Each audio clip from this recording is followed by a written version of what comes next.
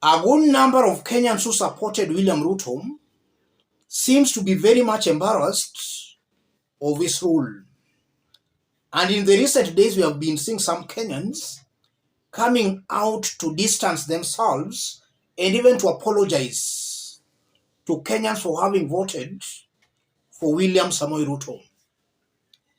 In our yesterday's analysis, we highlighted on how Oda Munroy, who has all along been supporting William Ruto, actually distanced herself from William Ruto and shared this to say, I have learned, never give the son of a poor man the top seat. President William Ruto will go down in history as Kenya's worst president. And not only Huda, there is also Nonini. Nonini had this to say, I want to share my apology loudly to Kenyans for supporting this government. These are individuals who supported and voted for Ruto. Some feel very much embarrassed. Some are also apologizing. And even in the Kalenjin nation, we've even seen some composing some songs, sarcastic songs attacking William Ruto and all such manners of creation. Have a look at this before we continue. Ya petroli inatoka Puto minakuja? Inatoka Puto minakuja? Petroli inatoka Puto minakuja? Diesel inatoka Puto minakuja? Yaani mambo inatoka Puto minakuja? Kwenda kwa mkono? Hapo unasemaje? Ati unasemaje? Salala. Hapo ni Puto unakuja hapa. Ati inatoka chini na bila? Inatoka una? Nataka hii ujumbe ifike kwa Ruto. Mimi nataka mahali yenye hii bei ya hii kila kitu ifike. Weka mara moja. Ya 5. Ama tumalize hiyo stress. Aweke mara moja, tumalize hii stress. Kama mafuta inafika 350 weka 500. Kama unga itaenda mpaka 600 weka 700. Kama sukari itafika 600 weka ikuwe hata 800. Tumalizane tu mara moja. Utukate tu na hii panga mara moja, usitukate pole pole, tunasikia uchungu sana. Ua mara moja. Ama namna gani? Atuue tu mara moja tukuve once. Mwambie acha kuvaa ngozi ya kondoo. Asivae ngozi ya kondoo lakini ndani ni segemnege. Kama unatukata na panga usitukate pole pole, tunaizi uchungu sana. Kata mara moja sisi tuende chini. Tunahangaika. Nimemaliza hiyo ndio ujumbe. Yes. All those are signs that some supporters, some of Ruto supporters who voted for him feels very much betrayed. And that's something that I know will work against Ruto on the ground. Just look on how William Ruto campaigned for the presidency. He created a euphoria. He made a section of Kenyans believe that he was going to bring some change that has never been witnessed before. He was going to turn things upside down. A hustler's government.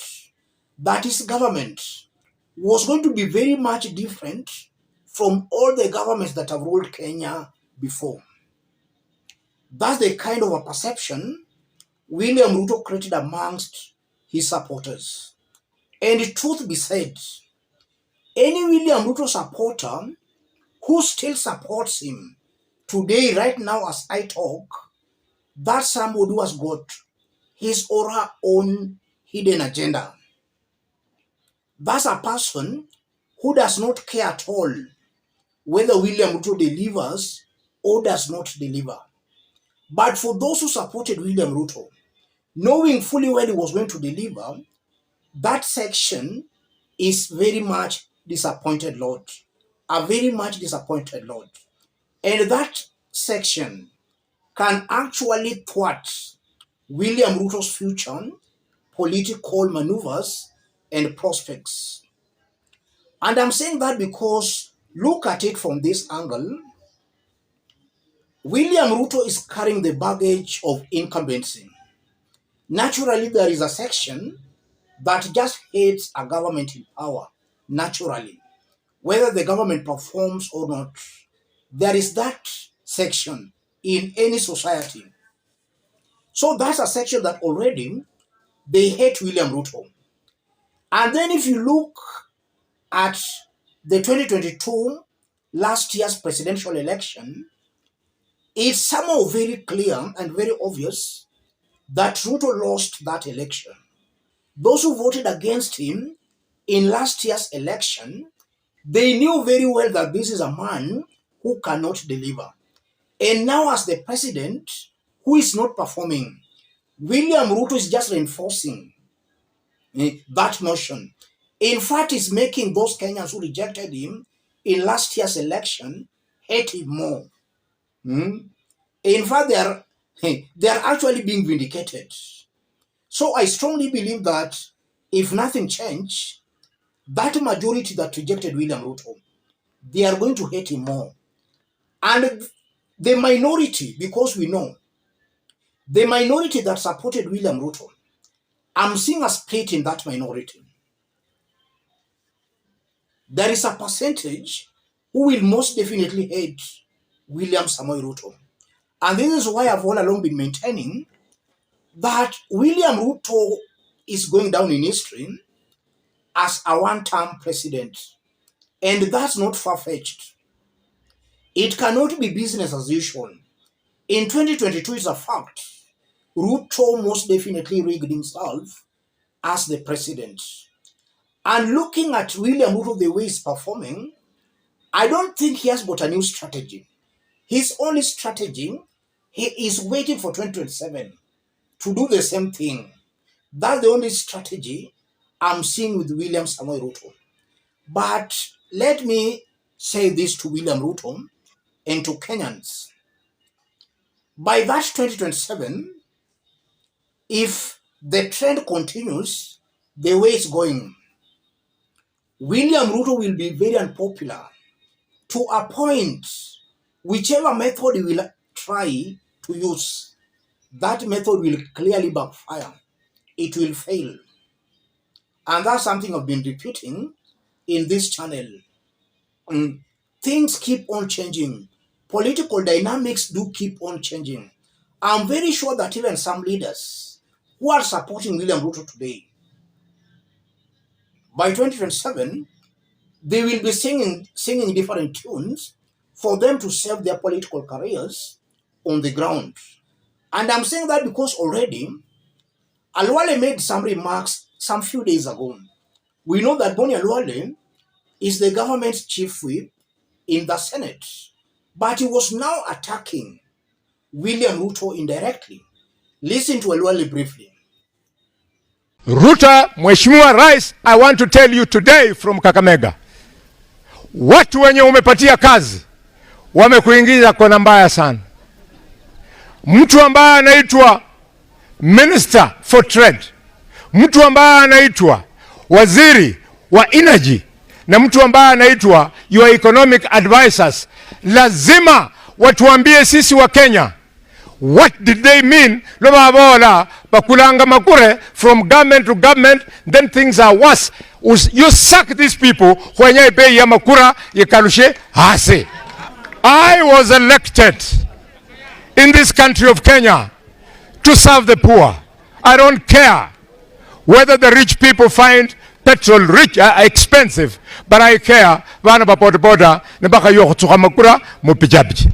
President Ruto, sack these people, otherwise serikali yako sasa at a small function like this inaanza kukaa kama iko na sura mbaya. Kweli urongo? Those words are not as innocent as they appear.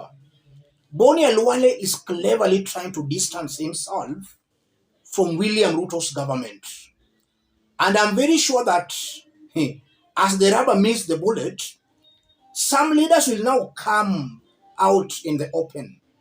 Leaders who still have some future political ambitions in their areas, they will most definitely come out in the open to distance themselves from a William Ruto's rule. So I'm also seeing a very high possibility. If the trend continues the way it's going, William Ruto will lose a good number of his foot soldiers. It's only that some are still cowards, some are still trying to test waters, thinking that maybe Ruto, as time goes by, will get the formula. The truth of the matter here, William Ruto is formula-less. He has no clue. He has no strategy. And this will come, or rather will be made very clear to leaders who are still supporting him, and even to some of his supporters. As time goes by, they will come to this reality that Ruto is very green on governance. Let me stop it there, ladies and gentlemen. But just as I did indicate when we were starting, or if you are watching us, but you have not yet subscribed, subscribe, give this video a like, and to any other person who may want to support this forum, that's my number. Channel any kind of a support to that number.